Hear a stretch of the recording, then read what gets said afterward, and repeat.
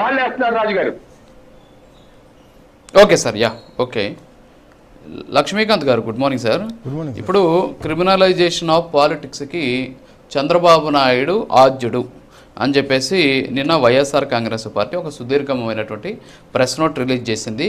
అందులో వాళ్ళ పార్టీకి సంబంధించినటువంటి కార్యకర్తల మీద భారీ ఎత్తున కేసులు పెట్టారు. 766 మంది మీద అక్రమ కేసులు పెట్టారు అని చెప్పేసి చెప్పడంతో పాటు సోషల్ మీడియా యాక్టివిస్టులట వాళ్ళ మీద 440 మంది మీద కేసులు పెట్టారు. మా మీద తీవ్ర స్థాయిలో వీళ్ళు అరాజకం సృష్టిస్తున్నారు. రాష్ట్రంలో మహిళల మీద లైంగిక దాడులు అత్యాచారాలు 198 జరిగాయి.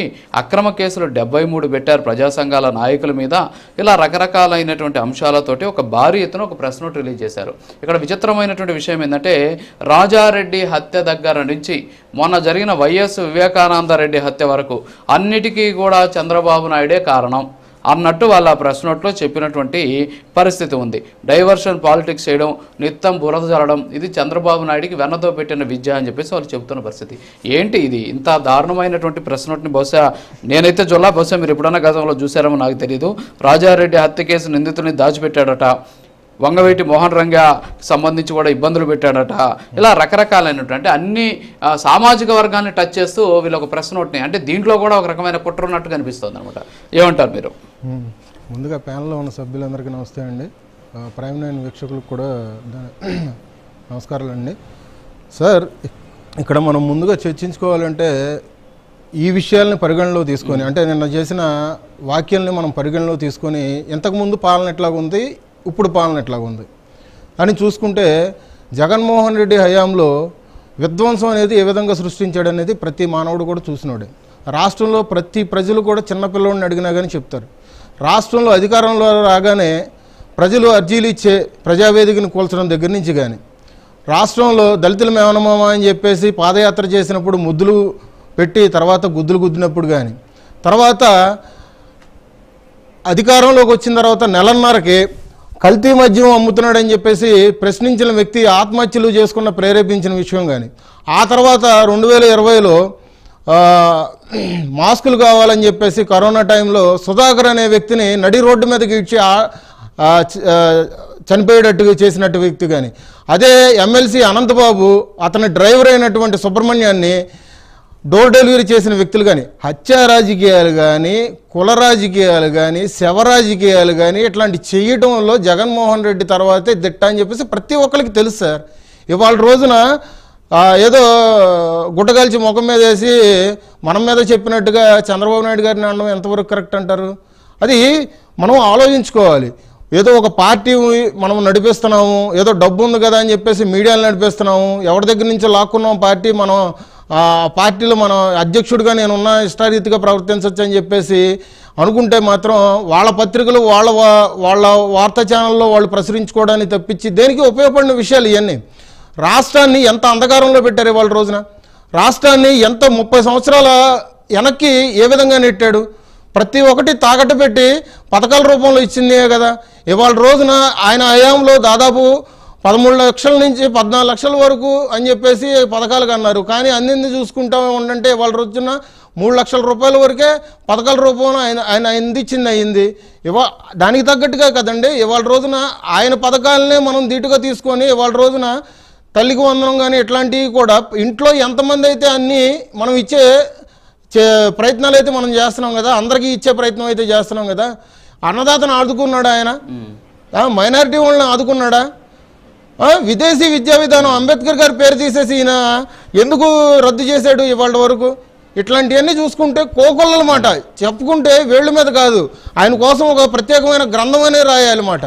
ఒక చరిత్ర పుటల్లో వైఎస్ జగన్మోహన్ రెడ్డి అంటే ఈయన పరిపాలన గురించే చాలా పుస్తకాలు అవుతూ ఉంటాయి. అట్లాంటిది జగన్మోహన్ రెడ్డి గారు కూటమి ప్రభుత్వం మీద కానీ చంద్రబాబు నాయుడు గారి మీద కానీ ఎటువంటి విరుచుపడుతూ ఉంటారు?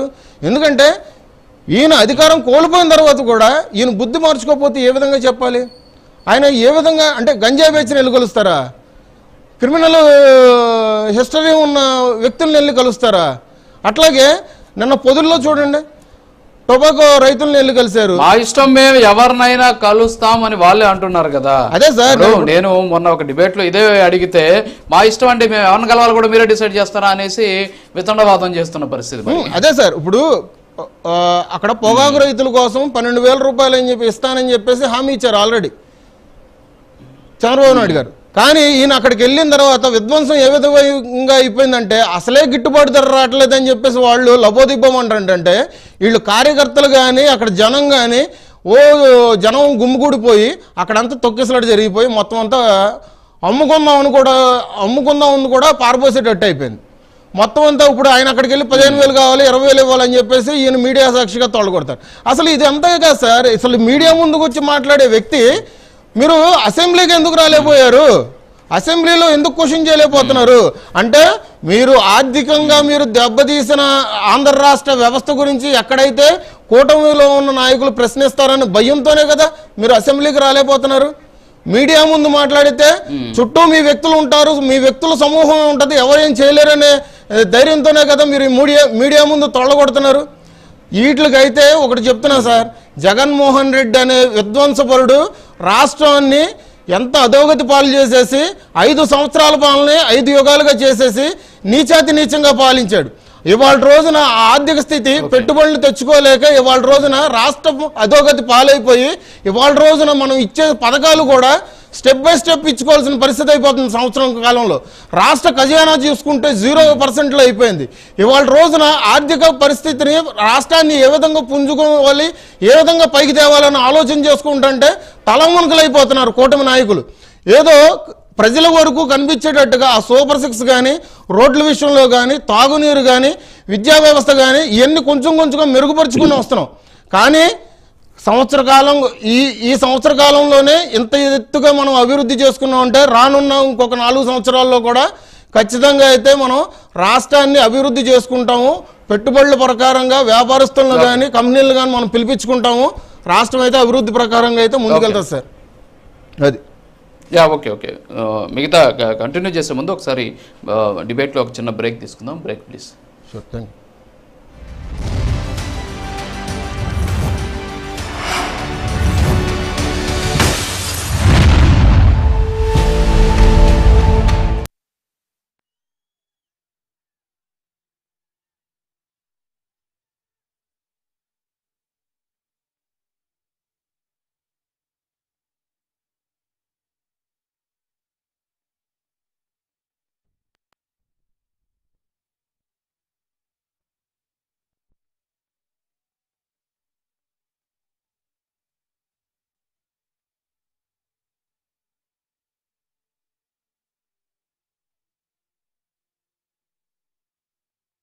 నిన్న జరిగినటువంటి అహ్మదాబాద్ విమాన ప్రమాద ఘటనలో మృతి చెందినటువంటి వాళ్ళందరికీ కూడా ప్రైమ్ 9 తరపున నివాళులు అర్పిస్తూ ఇవాళ డిబేట్లోకి వెళ్దాం.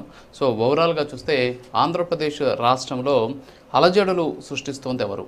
ఇటీవల కాలంలో అలజడులు అనేవి ఎక్కువ అవుతూ ఉన్నటువంటి పరిస్థితి మనకు కనిపిస్తోంది. ఎందుకంటే భారీ ఎత్తున ఈ అలజడులు సృష్టిస్తూ ఉన్నటువంటి సందర్భంలో అనేక చోట్ల ఇబ్బందులు కూడా తలెత్తుతూ ఉన్నటువంటి పరిస్థితి. ఎస్పెషల్లీ పొదిలికి జగన్మోహన్ రెడ్డి వెళ్ళినటువంటి నేపథ్యంలో అక్కడ కొంతమంది మహిళల మీద అలాగే పోలీసుల మీద దాడి చేయడం, వాళ్ళు గాయాల పాలైనటువంటి పరిస్థితి కూడా మనం చూస్తున్నాం. అయితే ప్రస్తుతానికి వైసీపీ అరాచకాలు సృష్టిస్తోంది. అంతేకాకుండా గంజాయి బ్యాచ్ని వెళ్ళి పరామర్శించడం ఏంటి, ఆందోళన చేస్తున్నటువంటి ఆడబిడ్డల మీద దాడులు చేయడం ఏంటి అని చెప్పేసి నిన్న చంద్రబాబు నాయుడు చాలా సీరియస్గా మాట్లాడడం జరిగింది. అంతేకాకుండా రౌడీ రాజకీయాలకు కానీ పాల్పడితే ఎట్టి పరిస్థితుల్లో అంగీకరించేది లేదు, తాట తీస్తామని చెప్పేసి ఆయన స్పష్టం చేసినటువంటి పరిస్థితి ఉంది.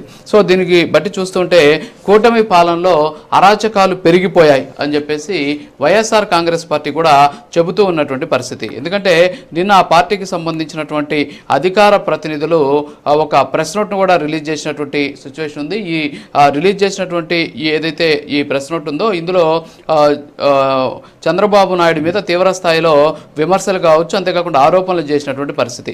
క్రిమినలైజేషన్ ఆఫ్ పాలిటిక్స్కి ఆద్యుడు చంద్రబాబు నాయుడు అని చెప్పేసి వాళ్ళు నిన్న విడుదల చేసినటువంటి ఈ మీడియాకి సంబంధించినటువంటి పత్రికా ప్రకటనలో చెప్పారు. ఎస్పెషల్లీ మాజీ మంత్రులు పేర్ని నాని కావచ్చు, అంతేకాకుండా కారుమూరి నాగేశ్వరరావు, అనిల్ కుమార్ యాదవ్, మేరుగ నాగార్జున, పార్టీ అధికార ప్రతినిధి భూమన కరుణాకర్ రెడ్డి ఈ సంయుక్త ప్రకటన విడుదల చేశారు. సో ప్రభుత్వం ఏర్పడినాక అంటే టీడీపీకి సంబంధించి కూటమి ప్రభుత్వం ఏర్పడిన తరువాత ప్రస్తుతం భారీ ఎత్తున రాష్ట్రంలో నిందలు మోపుతూ ఉన్నటువంటి దాన్ని లేనట్టు చెబుతూ, అంతేకాకుండా